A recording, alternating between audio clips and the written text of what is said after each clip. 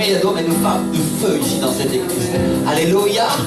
Alors rappelle-toi mon frère, ma soeur, que c'est pas par tes sentiments, c'est pas par tes émotions. Et même si le Seigneur te fait sentir sa présence, rappelle-toi que le diable aussi, quand il veut t'écraser, alors simplement aujourd'hui fais la part des choses et déclare avec moi, choisis aujourd'hui dans quel royaume tu appartiens. Est-ce que tu marches en traînant des pieds avec ceux qui vont défiler aujourd'hui et en disant, oh les terroristes nous ont attaqués? Ou alors est-ce que tu vas être de celui qui fait la fête et qui déclare que le roi des rois et le Seigneur des seigneurs va utiliser toutes ces choses pour amener son peuple à lui? Alléluia. Est-ce que tu déclares autre chose? Est-ce que tu déclares que plutôt les hommes et les femmes vont se tourner de la religion vers le vrai Dieu?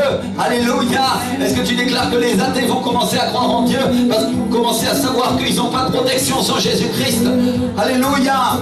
Alors mon frère, ma soeur, prêche et prophétise. Et aujourd'hui, soit un homme, soit une femme de feu, soit quelqu'un qui est éclairé par la vision, soit quelqu'un qui a reçu l'onction. Alléluia. Et cette onction est sur toi et elle ne va pas désemplir jusqu'à ce que toi tu aies accompli ton travail. Tu peux en être certain. Et je m'habitue aux choses pas bonnes et aux péchés du monde et puis tout ça c'est normal et voilà je dois vivre comme ça et... Oh mais bon, faut pas exagérer pasteur. Mon frère, ma soeur, si t'en as pas assez que le diable te pique ton porte-monnaie, tes chaussures et qu'il prenne tes enfants en plus, je crois que ça suffit. Vous comprenez? Est-ce qu'il y en a qui en ont assez aujourd'hui? Alléluia. Vous savez ce qui va se passer cet après-midi? Une manifestation du peuple français parce qu'ils en ont assez de se faire sauter les terroristes. Gloire à Dieu ils ont compris. Amen. Il a fallu ça pour que les Français se lèvent ensemble et disent, ah oui non, la religion fanatique extrême de l'islam, j'en veux pas. Mais il a fallu que des gens se fassent massacrer, il a fallu qu'il y ait des morts. Combien il va falloir qu'il y ait de morts dans l'église pour que l'église se lève et dise au diable dehors? Vous comprenez ce que j'essaye de dire?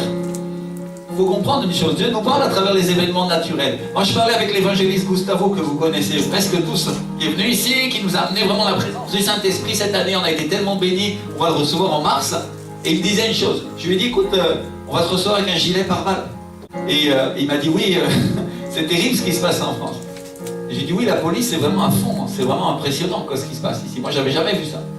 Et il m'a répondu une chose qui m'a vraiment touché, il m'a dit ça c'est des signes. Ça c'est des signes. Mon frère, ma soeur, c'est des signes que tu dois prêcher l'évangile. C'est des signes que le pays va changer. C'est des signes qui vont se passer. Dieu manifeste ça. Et en même temps, il parle à son église et il nous montre aussi une chose. Il nous montre que de cette manière-là, nous aussi, nous ne pouvons pas nous laisser déliter, nous ne pouvons pas nous laisser faire. Alléluia. Parce qu'on critique beaucoup notre pays. Moi-même, je ne suis pas le dernier. Hein. Je vois, mais mon peuple, je les connais et je sais ce qu'ils font mal. Et je dis, mais comment ils peuvent accepter ces choses-là si moi j'ai les yeux ouverts par le Seigneur et je le vois? Mais ils sont dans l'aveuglement, ils ne voient rien. Mais est-ce que l'Église n'est pas des fois dans l'aveuglement de se laisser faire aussi? Vous comprenez? C'est similaire, sinon que là on est dans l'esprit. Chose naturelle, chose spirituelle. Alléluia. Il y a souvent un parallèle. La religion s'intéresse à l'apparence et pas aux racines profondes du péché dans le cœur des gens. C'est avec moi, l'apparence. L'apparence. Et on voit aujourd'hui avec les attentats, des gens qui tuent dans le nom de Dieu, sous prétexte que la France est pécheresse. C'est vrai qu'elle est. Moi je suis le premier à le dire. Est-ce qu'ils avaient raison de les tuer? Tu ne tueras point. Il est écrit dans la parole de Dieu, il est écrit dans la conscience collective de chaque personne, chaque être humain sur la terre, que c'est mal de tuer un être humain. Et Dieu les jugera en fonction de ça. Ils ne connaissent pas sa parole, ils ne peuvent pas être jugés en fonction de la Bible. Par contre, les 10 commandements, ceux qui ont été mis dans le cœur des gens, alors là oui, la conscience, n'est-ce pas? On a tous une conscience. Donc celui qui ne connaît pas Christ sera jugé en fonction de sa conscience. Et celui qui n'a pas Christ, bien sûr, ne peut pas aller au ciel. Alors, et certains au nom de Dieu font toutes sortes d'hérésies, toutes sortes de choses mauvaises, non? Là on prend un exemple qui est volontairement grossier. La plupart des gens considèrent, et je pense que les gens qui vont aller manifester tout à l'heure savent, même sans connaître Dieu, que c'est mal de tuer. C'est mal. Tu ne veux pas écouter la voix de Dieu, il va se débrouiller d'une autre manière. Et une manière dans laquelle Dieu nous parle, c'est aussi les circonstances. Pas toujours, mais souvent. Et quand Gustavo me disait, c'est des signes pour le pays, moi je crois que oui. Ces circonstances que la France est en train de vivre, c'est un signe pour le pays. Un signe qu'il y a un temps de changement, mais un signe aussi qu'il y a une influence, il y a une puissance de religion, de fanatisme religieux, de méchanceté, de violence qui veut s'introduire.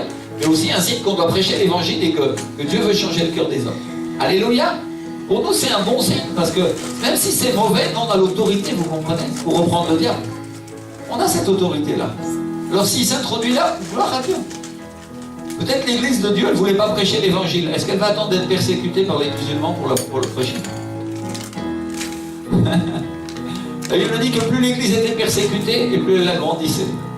Ah, peut-être que sinon on n'a pas été assez sage pour entendre la voix de Dieu. Mes frères et sœurs, waouh, j'espère que c'est pas prophétique ce que je dis. Hein. Ça m'embête drôlement. Croyez-moi. Waouh. Si on n'a pas été assez sage pour entendre la voix de Dieu et comprendre qu'il fallait prêcher l'évangile dans notre pays, Dieu va permettre qu'on soit persécuté pour le faire. Dieu nous en garde, Dieu nous en préserve. Ah oui. Vous avez vu comment c'est? Dieu ne plaisante pas. Quand il nous parle d'une manière, après, c'est comme un papa.